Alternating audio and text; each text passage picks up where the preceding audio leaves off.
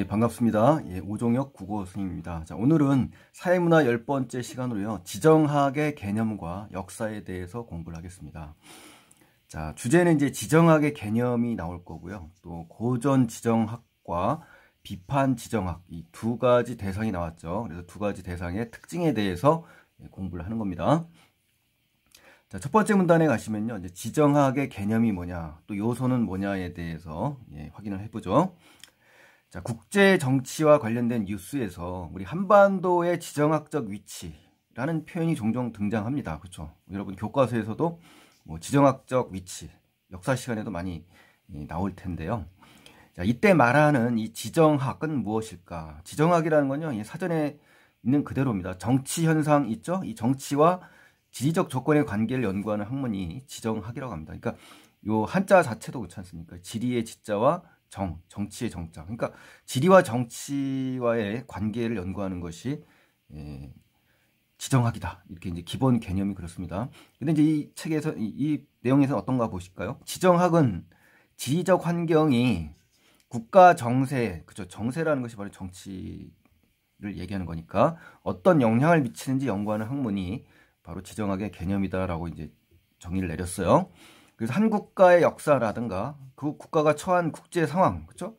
이런 것이 이제 뭐에 영향을 받는다? 지리적인 요인의 영향을 받는다. 이것이 이런 믿음을 전제로 깐 겁니다. 그러니까 전제라는 거는 어떤 그 사물의 현상을 이루기 위해서 먼저 내세우는 선행 조건, 선행 여건으로 이제 보시면 돼요. 그래서 지정학적 변수로는 뭐가 있냐? 변수라는 거는 이제 가변적인 요인이 있다라는 거죠. 그래서 위치라든가 크기, 기후, 지형, 인구, 천연자원, 기술, 또 그 잠재력 이런 여러 가지의 요인들이 있다라는 겁니다. 그래서 이것들이 망라라는 건요, 널리 그 받아들여 모두 포함된다는 뜻입니다. 그래서 지리적 요인 이외에 지정학적 조건과 변수에 대해서 지금 이야기를 한 겁니다. 그리고 지정학에서는 우리나라의 위치가 조금만 달랐다면, 그렇죠? 위치가 달랐더라면 가정을 한 거죠. 그러니까 지리적 조건이라든가 환경이 만약에 달랐다라면 이라고 바꿀 수가 있는 거예요. 그래서 우리나라의 역사, 그다음에 우리나라 상황, 형편 이런 것이 크게 달라졌을 것이다 라고 보는 겁니다. 이처럼 지정학자들은 어느 한 국가의 정치적 정체성이라는 건요, 좀 어려운 단어죠. 어떤 존재가 본질적으로 가지고 있는 자체의 특성을 정체성이라고 해요. 그래서 이거라든가 행동이죠. 이런 것이 지정학적인 조건에 의해서 결정된다고 보는 겁니다. 그러니까 지정학이 얼마나 중요한 것인지 이 지정학자들은 아는 거죠. 따라서 지정학적 접근은 지정학적으로 이제 다가간다면 어느 한 국가의 외교 정책을 분석이라는 건요, 이 복잡한 이 현상, 즉 외교 정책이겠죠. 이걸 다양한 각도로 풀어가는 겁니다. 그래서 논리적으로 해명하고 해석하는 것을 이제 분석이라고 해요. 그래서 외교 정책을 분석하고 그들의 미래를 예측하기 위해서, 그렇죠? 미래를 미리 예측하기 위한 방법적인 틀, 이 기초를 찾는 과정에 자주 등장한다고 합니다. 자, 그래서 여기는 한 국가에 대한 이제 지정학적 접근은 어떤 필요성, 그치? 지정학적 접근의 필요성에 대해서 지금 제시를 한 거예요. 자, 이 문단으로 가겠습니다. 이 문단에 가시면 이제 독일 지정학의 특징과 운명이 나옵니다. 독일 지정학이에요. 자, 라첼이라는 사람이 있습니다. 독일의 지리학자입니다. 라첼. 이 라첼이라는 사람이 정치 지리학에서 본격적으로 지리적 조건을 근거로 국가를 분석했다고 합니다. 본격적인 거죠. 다윈의 진화론까지 이제 추종합니다. 이 사람이. 추종이라는 건요, 믿고 따른다는 겁니다. 그래서 라첼은 국가를 공간에 기초한 하나의 유기체로 보는 거예요. 유기체. 공간에 기초한 유기체다. 유기체라는 건요, 각 부분이 일정한 목적 아래 하나로 통일되어 이루어져 있는 부분과 전체가 긴밀한 관계를 가진 조직체입니다. 그러니까 생물체라고도 할 수가 있고요. 그래서 국가나 사회 따위를 이루는 그러한 조직체가 바로 유기체라고 보면 되겠습니다. 그래서 국가가 살아있는 유기체처럼, 생물체죠. 그러니까 땅에서만 성장할 수 있다라고 한 겁니다. 그렇죠? 네, 그래서 이 라첼의 이 진화론의 관점에서 국가를 지금 바라본 입장이 바로 여기서 제시된 거예요. 그에 따르면 이제 라첼이죠. 국가를 구성하고 있는 국민의 생명 또한 어때요? 대지. 대자연의 넓고 큰 땅이죠. 여기에 접합되어 있다. 접합이라는 것은 한데 지금 맞붙어 있다라는 겁니다. 땅과 국민의 생명, 국가를 구성하고 있는 국민의 생명 또한 대지와 맞닿아 있다는 얘기입니다. 그래서 국민과 대지는 어떻다? 국민과 대지는 불가분의 관계, 더 이상 뗄래야 뗄 수 없는, 나누려 해도 나눌 수 없는 그런 필수 불가분의 관계다라고 볼 수가 있는 겁니다. 그래서 독일의 지정학은 어떠냐? 독일의 지정학을 얘기하는 거예요. 국민의 생명은 대지에 접합돼 있다. 그러니까 이 양자, 국민과 대지를 얘기하는 겁니다. 서로 불가분의 관계라고 지금 보는 그러한 태도입니다. 그래서 라첼은 국민의 통일체인 국가를 인체에 비유했습니다. 인체. 그래서 유기체가 그러하듯이 국가도 국가를 이루고 있는 각 부분이 각기 다른 기능을 하면서, 같은 기능이 아니에요. 뭐라고요? 다른 기능입니다. 다른 기능 조심하시고요. 그리고 부분과 전체가 서로 영향을 주고받겠죠. 당연히. 그렇죠? 그래서 성장과 진화를 거듭한다고 보았다. 자, 여기까지 한번 정리해볼까요? 기니까 첫 번째로 알아두셔야 될 게 독일 지정학에 대해서 지금 이야기하는 겁니다. 전부. 국가를 공간을 점유하고 유지하고 또 성장하고 진화하는 유기체로 보는 겁니다. 점유가 바로 뭡니까? 여기 나온 대지에 접합한다는 의미예요. 그리고 국민의 통일체인 국가의 각 부분이 모두 같은 기능을 하고 있고요. 서로 영향을 주는. 자, 여기서 이제 낚이시면 안 되는데 다른 기능이라고 했잖아요. 마치 이제 맞는 것처럼 보이기 때문에 이런 하나하나의 단어의 표현을 정확하게 알고 공부를 하셔야 됩니다. 자, 세 번째는 대표적인 인물인 라첼은 국민의 생명은 대지에 접합되어 있다. 그렇죠. 대지에 접합되어 있는 게 점유라는 표현을 쓴 겁니다. 또 국가는 그러한 지적 공간을 확보하는데 심혈을 기울인다. 온 정성을 다하는 거죠. 또 국민의 통일체인 이 국가는 국가를 이루고 있는 각 부분이 각기 다른 기능을 한다. 그렇죠. 또 부분과 전체가 서로 영향을 주고받죠. 그래서 성장과 진화를 거듭하는 겁니다. 또 국가를 유기체, 생물과 같은 조직체로 보는 관점을 바탕으로 한다. 이렇게 해서 완전히 이 부분을 완전히 분석을 이렇게 하셔가지고 공부를 하시면 훨씬 더 시험에 대비할 때 편하실 겁니다. 그리고 지리적 공간은 그러한 유기체가 이제 어떻다? 확대하고 성장하는 장이다, 무대다 이거예요. 그런 지리적 공간이. 그래서 힘을 통해서, 그렇죠? 이를 얻을 수 있다는 겁니다. 그래서 국가는 어때요? 공간 확보를 위해서 자신의 힘을 기울이겠죠. 그래서 심혈을 기울입니다. 심혈. 온갖 정성을 다해서 기울인다. 기울인다는 말은 한자로 경주한다, 또 총동을 한다, 쏟아붓는다 이런 말로 바꿀 수가 있습니다. 그래서 다양한 어휘도 익히시면 좋겠네요.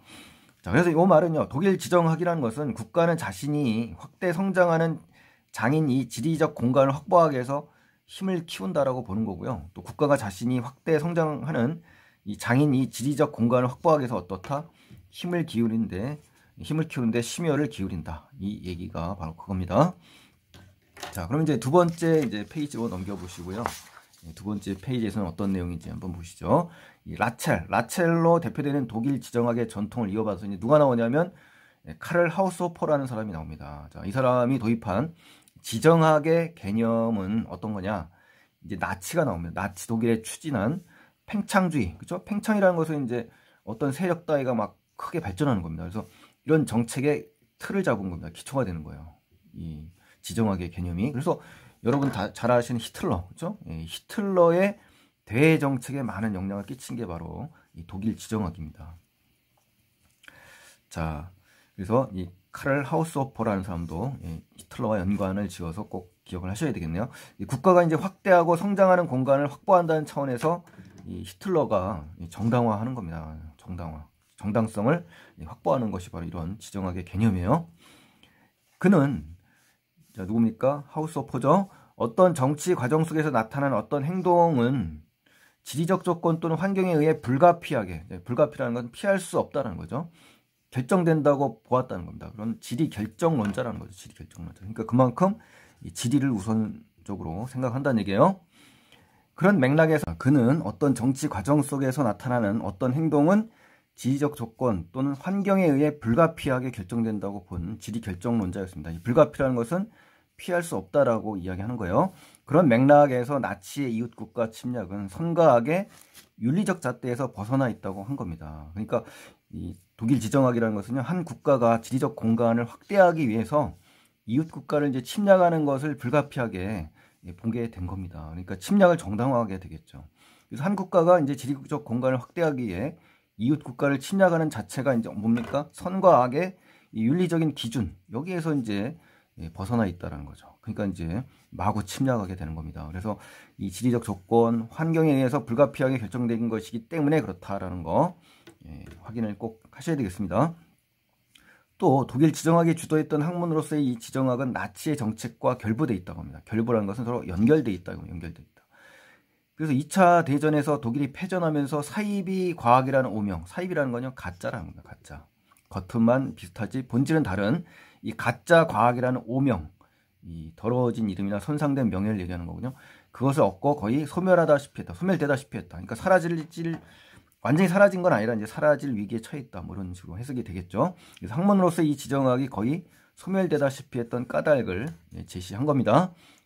자, 그 다음에 이제 결부와 이제 체결이라는 단어를 이제 비교하려고 하는 거고요. 체결은 기하계약이나 조약 따위를 공식적으로 맺은 겁니다. 결부는 연결이에요. 자, 이제 3문단으로 가겠습니다. 3문단에 가시면 이제 국제정세의 변화와 지정학의 부활에 대해서 공부를 하겠습니다. 2차 세계대전 이후에 국제연합이 주도하는 국제체제가 구축되고 국경선의 불변의 원칙이 관철됐습니다. 그러니까 관철이라는 것은 어떤 어려움을 뚫고 나아가 목적을 이루는 겁니다. 그래서 국경선 불변의 원칙이다. 그리고 자본주의 진영과 사회주의 진영이 이념의 갈등으로 팽팽하게 대립된 이제 냉전이 이제 시작된 냉전이라는 건요 국제적인 대립입니다. 그래서 암투라고도 바꿀 수가 있는데요. 무력을 사용하지 않는 겁니다. 이제 전쟁이 아니라 경제나 외교 따위를 가지고 이제 국제적으로 대립하는 것을 냉전 체제라고 합니다.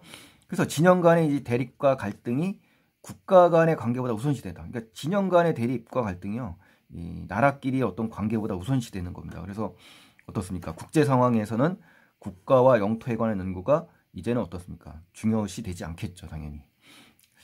자, 왜냐하면 이제 소멸되다시피 한 지정학이 이제 계속해서 중요시되지 않은 이유가 여기 밑줄 친 부분에 나온 거예요.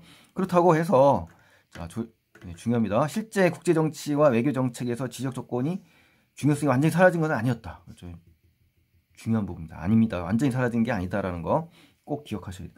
자, 1번에 보실까요?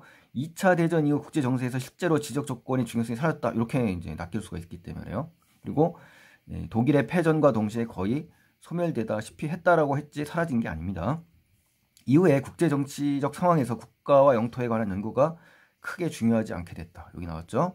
네 번째, 그럼에도 불구하고 실제 국제 정치와 외교 정책에서 지적 조건의 중요성이 사라진 것은 아니다. 이렇게 다양한 경우가 나올 수 있으니까 이러한 표현들을 완전히 익히시면 좋겠습니다. 어렵지는 않은 것 같아요. 이번 독해는요. 1979년 소련의 아프가니스탄 침공을 계기로 강대국이 이제 지정학적 이점이 있는 주변 국가에 영향을 미칩니다. 그래서 전쟁이 일어나면서 다시 냉전 시대 이념 문제에 가려져 있던 뭐가 지정학적 요인에 대한 관심이 또 한 번 증대되는 겁니다. 증대라는 것은 규모가 더 커졌다는 얘기입니다. 그래서 이념의 문제에 가려져 있던 이제 지정학적 요인에 대한 관심이 이제 증대된 계기가 뭐냐 그러면 이제 이 부분에 나왔다는 거죠. 그래서 지정학적 부활의 계기 첫 번째는 바로 여기 이 부분에 있는 겁니다. 그리고 학자이자 정치인으로 국제 정치에 영향이 컸던 미국의 헨리 키신저라는 사람이 있습니다. 이 사람도 지정학이라는 용어를 반복적으로 사용했습니다. 그래서 강조했어요. 그래서 지정학의 부활이 일어난 두 번째 계기가 여기에 해당되겠네요. 자, 네 번째 문단으로 가겠습니다. 네 번째 문단에 가시면요, 이 비판 지정학의 특징과 성격에 대해서 나옵니다. 80년대 이후 이제 시간이 바뀌었죠. 지정학에 대한 관심의 고조와 함께 현실주의에 근거한 기존 지정학의 전통적 접근 방법을 비판합니다. 현실주의에 근거한 겁니다. 지금 현실주의에 근거해서 기존 지정학의 전통적 접근 방법을 비판한 겁니다. 아셨죠? 그래서 새로운 접근 방법이 되는 거죠. 그래서 구축하려는 움직임이 나타났다. 자, 다시 정리해 볼까요? 비판 지정학은 현실주의에 근거한 겁니다. 그래서 지정학의 방법을 비판하고 새로운 방법을 구축하려고 했다. 기존 지정학입니다. 비판 지정학은 또 현실주의에 근거해서 기존 지정학의 전통적인 접근 방법을 비판했다. 뭐 같은 얘기네요. 또 새로운 접근 방법을 구축하려는 움직임 중에 하나다. 이렇게 해서 완전히 문장을 분석해봤습니다. 자, 세 번째 이제 페이지로 넘겨보세요. 그 중에 가장 대표적인 것이 뭐냐? 지정학의 영역을 확장시켰다는 평가를 받는 비판 지정학이다. 그러니까 이 비판 지정학이 그렇다는 겁니다. 그래서 기존의 고전 지정학은 어떻다? 지정학적 행위를 하는 주체를 국가로만 한정하는 데 비해서 이 비판 지정학은 어떻다? 국가 이외의 비정부 기구, 그렇죠? NGO라든가 이 기업 등까지도 주체를 이제 확장합니다. 차이점이죠. 이제 비판 지정학과 기존의 지정학의 차이점, 대조가 나온 겁니다. 대조. 그래서 비판 지정학의 성립과 발전에 큰 공헌을 한 사람이 또 누굽니까? 사이먼 달비라는 사람이에요. 이 사람이 비판 지정학의 성립과 발전에 큰 공헌을 한 사람이 누구다? 사이먼 달비라는 사람인데요. 2차 세계전 이후 미국의 안보 문제와 지정학의 관계를 연구했습니다. 그래서 그에 따르면 지정학의 중요성은 기존 지정학의 핵심 문제인 국가 단위의 세계 전략에 있지 않다. 그보다는 뭐에 있다? 한 공간에 속한 사람들이 자신들에게 위협이 되는 다른 공간의 사람들을 위험한 존재로 받아들이게 하고 그들이 자신들에게 접근하지 못하도록 공간적으로 봉쇄, 즉 차단이나 폐쇄란 말이죠. 한다는 당위를 심어주는 데 있다. 마땅히 그렇게 해야 된다는 걸 심어준다는 거죠. 그래서 이 부분을 정리하면요. 이 달비라는 사람이 지정학의 중요성이 국가 단위의 세계 전략에 있지 않다는 거 중요시하고요. 그보다는 어디에 있다? 한 공간에 속한 사람들입니다. 그래서 자신들에게 위협이 되는 다른 공간의 사람들을 위험한 존재로 받아들이게 하는 거고요. 미국의 공간에 속한 사람들이 자신들에게 위협이 되는 예를 들어서 소련이라는 공간의 사람들을 생각한다면 위험한 존재로 받아들이게 하는 거죠. 예를 들어서요. 그래서 위협이 되는 소련이라는 공간의 사람들을 위험한 존재로 받아들이도록 한 것이 이런 것이 바로 사이먼 달비가 말하는 기존 지정학과 다른 비판 지정학의 입장입니다. 자, 그래서 지정학의 중요성이 어떤 국가가 견지라는 건요. 유지한다는 거예요. 굳게 지키고 유지하는 거예요. 그래서 대외 정책이 이론적 기반이 된다는 점에 있는 게 아니라 그 정책을 통해서 우리와 그들을 구분하는 겁니다. 그러니까 양분하는 거죠. 우리라는 존재와 그들이라는 존재를 구분해가지고 하는 게 바로 이데올로기를 전파하는 데 있는 겁니다. 그래서 사이먼 달비라는 사람이 지정학의 중요성이 어떤 국가의 대외 정책을 통해서 우리와 그들을 구분하는 이데올로기를 전파하는 데 있다라고 얘기한 거고요.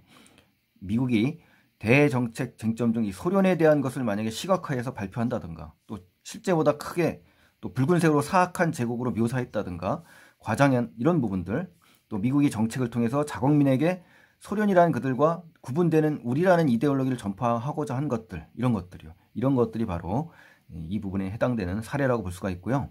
사이먼 달비는 이제 지정학의 중요성이 어떤 국가의 대외 정책에 이론적 기반이 된다는 점은 아니라고 이야기를 했습니다. 또 그 정책을 통해서 어떻게 한다? 우리와 그들 구분하는 이데올로기를 전파하는 데 있다. 그러니까 이 부분을 반드시 기억을 하셔야 됩니다. 이렇게요. 그리고 미국이 시각화를 통해서 소련에 대한 정책을 발표했다는 것은 지정학의 중요성이 어떤 국가가 견제하는 대외 정책에 이론적 기반을 제공하는 데 있다? 이거는 아니었죠. 그래서 이걸 부정한 겁니다. 자, 그래서 이렇게 정리한 부분들까지도 확인하시면 이제 훨씬 더 부드럽게 이해하실 거라고 믿습니다. 자, 이에 따르면 지정학은 영토의 물리적 구분을 넘어서 특정한 정치 집단이 어떻게 그들의 주장에 설득력을 부여하는가, 혹은 어떤 문화적 역사적 배경이 이러한 전략을 유효하게 만드는가를 연구하는 학문이고요. 그 성격이 이전과 완전히 달라집니다. 그래서 사이먼 달비에 따르면요. 지정학은 어떤 문화 역사적 배경을 활용하고 있고 또 우리와 그들 구분하죠. 또 이데올로기를 전파하는 전략을 연구하는 학문이다라고 하는 거예요. 또 미국이 소련을 사악한 적으로 묘사하는 것은 어떻다? 자신의 전략을 유효하게 만들기 위해서 문화적 배경을 이용한 것입니다. 이런 예들을 아세요. 또 기독교적 문화가 바탕이 되는 서구사회의 문화적 역사적 배경을 이용하여 선악의 이분법적 차원에서 소련에 대해 부정적 이미지를 씌우려 하는 것에 해당한다라고 볼 수가 있는 겁니다. 이 부분이. 세 번째, 사이먼 달비는 이제 지정학을 영토의 물리적 구분을 넘어서 특정한 정치 집단이 어떻게 그들의 주장에 설득력을 부여하는가를 연구하는 학문으로 보는 것이 맞습니다. 자, 네 번째로 아셔야 할 게 이제 미국이 소련을 실제보다 훨씬 크게 붉은 국가로 표현했다. 이런 것은 뭡니까? 특정 정치 집단이 자신들의 주장에 설득력을 부여하기 위한 하나의 방법이다라는 걸 기억하시고요. 소련은 실제보다 막 훨씬 크고 붉은 국가, 위협적인 존재 이렇게 보이는 거는 소련이라는 공산주의 세력을 위협적이며 사악한 제국이라고 주장하는 미국 내의 특정 정치 집단인 거예요. 정치 집단. 정치적으로 이용하는 거죠. 그래서 자신들의 주장에 설득력을 부여하기 위한 그런 행동이라는 걸 알 수가 있고요. 국가 단위 지리적 영토 문제에 관한 학문이었던 이 기존의 고전 지정학과는 대조가 되는 부분들을 여기서 제시를 한 겁니다. 그래서 이렇게 반복적이지만 자주 이렇게 보시는 것이 문제를 풀 때 굉장히 도움이 됩니다. 다섯 번째 문단 가시겠습니다. 비판 지정학의 의의는 뭐냐? 그럼 과연 이 비판 지정학의 의의는 뭐냐? 이거죠. 기존의 지정학적 사고방식, 기존의 고전적인 지정학적 사고방식은 표현 방식을 비판적으로 바라볼 것을 요구하는 겁니다. 그래서 기존의 지정학적 사고방식과 표현 방식이 어떻다? 국가와 지역에 너무 그 이면에 존재하고 있는 외교정책이라든가 협상, 군사적 위협, 안보기관의 활동, 국내 정치 영역에서의 논쟁, 공간 이에 주목할 요소들을 지금 제시한 거죠. 이런 복잡한 현실을 묻혀버린다, 덮여버리는 그런 것이 된다는 거죠. 그래서 이러한 의미에서 비판 지정학은 강대국 사이에 일어난 힘겨루기를 설명하는 것이 아니라 다양한 행위 주체, 그러니까 지정학적 행위를 하는 주체를 지금 확장했다는 거죠. 그래서 어떻게 지정학을 하는지에 관심을 두게 되는 겁니다. 자, 이제 네 번째 페이지로 넘어가겠습니다. 자, 지금 정리를 해볼까요? 기존의 지정학과는 달리 다양한 주체가 일으키는 지정학적 행위에 관심을 두는 거고요. 이 비판 지정학은 강대국 사이에서 일어난 힘겨루기를 설명하는 것이 아닙니다. 다양한 행위 주체가 어떻게 지정학을 하는지에 관심을 두는 거예요. 그래서 강대국끼리의 힘겨루기 발생하는 근본적 원인을 지리적 요인에서 찾는 게 아닙니다. 강대국 사이에 일어나는 힘겨루기를 설명하는 것이 아니라는 거죠. 다양한 행위 주체가 어떻게 지정학을 하는지에 관심을 두는 겁니다. 이렇게 해서 같은 말이 좀 중복되긴 했어도 여러분이 왜 이렇게 하는지를 잘 아실 거라고 믿습니다. 자, 그리고 주체는 객관적일 수 없다고 보아 우리 지리식 또한 객관적이고 중립적일 수 없습니다. 그래서 비판 지정학의 입장에서 지리는 단순히 관찰되고 기술되는 게 아닙니다. 단순한 대상이 아니라 바로 보다 의도와 목적을 가지고 기술하는 행위가 된다라고 할 수가 있습니다. 그래서 첫 번째, 지리를 기술하는 대상이 아니라 기술하는 행위로 여기는 관점이 맞닿아 있다. 그리고 비판 지정학은 지리를 단순히 관찰되고 기술되는 대상이 아니라 현상을 기술하는 행위로 여긴다. 그리고 지정학적 행위 주체가 객관적일 수 없으므로 지리 지식은 의도와 목적을 지닌 것으로 보는 겁니다. 그래서 네 번째로, 비판 지정학은 지정학적 행위 주체가 객관적일 수가 없습니다. 그래서 지리 지식 또한 객관적이고 중립적일 수 없습니다. 그래서 객관적, 중립적은 X입니다. 또 의도와 목적을 지닌 것으로 보는 거죠. 이게 중요하죠. 그래서 지리를 수동적 대상이 아니라 적극적이고 능동적인 행위로 보는 겁니다. 바로 이것이 비판 지정학의 참된 의미가 담겨 있다라고 볼 수가 있습니다. 자, 정리를 한번 해볼까요? 이 글은 이제 지정학의 개념을 설명하려는 글이고요. 국제 정치 상황과 맞물린 학문이고요. 지정학의 변화 과정, 그 특징을 서술하고 있고, 지리적 환경이나 조건이 국가에 미치는 영향을 연구하는 학문인 이 지정학은 2차 세계대전 때 나치의 정책과 연결된 탓에 전쟁이 끝난 후에 학문으로서 거의 이제 사라질 뻔했는데요. 냉전 시기의 이념적 대립 속에 가려져 있던 이 지정학이 강대국이 지정학적 이점이 있는 주변 국가에 어떻습니까? 영향력을 미치려는 이제 전쟁을 시작으로 해서 다시 이제 출발하게 됐습니다. 이후 부활한 지정학의 전통적 접근 방법을 비판적으로 바라보는 비판 지정학이 등장하게 된 겁니다. 그래서 기존의 지정학이 국가 단위, 즉 국가를 주체로 한 지리적 영토에 대한 것이었다면 비판 지정학은 어디에 있다? 행위 자체가 다양하다는 겁니다. 다양한 행위 자체가 확장이 되면서 자신들의 이데올로기를 전파하는 것을 연구하는 학문으로서 그 성격이 이제 바뀐 거죠. 이러한 관점에서 이 비판 지정학 입장에서는 지리가 단순히 기술의 대상에 그치지 않고 의도와 목적을 가지는 현상을 기술하는, 그렇죠? 행위가 된다는 거. 의도, 목적, 행위란 말이 중요합니다. 이렇게 해서 정리를 하시면 참 좋겠습니다. 그리고 설상 특징에 가시면요, 첫 번째 이제 지정학의 개념을 설명한 거고요. 국제 정치 상황과 맞물린 지정학이라는 학문의 변화 과정을 순차적으로, 그렇죠? 순서대로 서술한 겁니다. 그래서 지정학의 개념을 일문 단위로 설명을 했고, 지정학이라는 학문의 변화 과정, 이게 바로 순차적 과정이죠. 이 순차적으로 설명한 것은 2문단에서 5문단까지 나옵니다. 두 번째는 지정학이 우리나라의 정세에 영향을 끼친 사례를 통해서 국내 정치에 대한 지정학의 영향을 강조했다. 이건 아니죠. 왜냐? 한반도의 지정학적 위치라는 표현이 등장하긴 합니다. 1문단에. 하지만 우리나라의 정세에 어떤 영향을 미쳤는지 이 사례를 들고 있지 않기 때문에 이제 틀린 겁니다. 세 번째, 지정학이 탄생하게 된 배경을 제시했고요. 그로 인해서 지정학이라는 학문이 지닐 수밖에 없던 한계를 설명했다. 이건 좀 틀립니다. 왜? 지정학이 탄생하게 된 배경은 안 나와 있습니다. 그리고 그 배경 때문에 지정학이 지닐 수밖에 없었던 한계 또한 나올 수 없는 겁니다. 또 비판 지정학의 등장은 이제 4문단에 나왔긴 했지만 지정학의 변화 과정을 제시한 것일 뿐이지 탄생 배경이 들어있는 건 아니에요. 그래서 정확하게 구별하셔야 됩니다. 설사 그것이 이제 만약 비판 지정의 탄생 배경이라고 이제 합시다. 그런다 한들 그로 인해서 지닐 수밖에 없었던 한계는 제시하지 않았다. 이렇게 구체적인 것까지 아시면 더 좋겠네요. 네 번째로 아실 거는 이제 지정학의 학문적 체계와 내용 요소를 설명했고요. 이러한 분류의 기준이 지닌 문제점이라든가 그에 대한 해결 방안을 제시했다. 이것도 잘못됐습니다. 왜? 지정학의 학문적 체계에 대해서 이제 나와 있지도 않고요. 이러한 분류 기준이나 지닌 문제점 또한 또 해결 방안 또한 뭐 따라서 연결돼서 나오지 않았겠죠. 자, 5번째입니다. 지정학의 개념을 설명했고 다른 학문의 한 부분이었던 지정학이 독립적인 학문으로서 이상을 갖게 된 과정을 서술했다. 그런데 이제 얼핏 보면 맞는 것 같습니다만 틀렸죠. 일문단에서 지정학의 개념을 설명한 건 맞아요. 하지만 이후에 지정학이 독립적인 학문으로서 이상을 갖게 되는 과정은 나와 있지 않기 때문에 이제 틀린 겁니다. 자, 그래서 이제 오늘은 지정학의 개념과 역사라는 개념에 대해서 이제 공부를 했는데요. 어떻게 도움이 많이 되셨으면 좋겠습니다. 도움이 되셨다면 구독 안 하신 분들은 구독 버튼 눌러주시고요. 좋아요 버튼 눌러주시면 고맙겠습니다. 다음 시간에 또 뵙겠습니다. 감사합니다.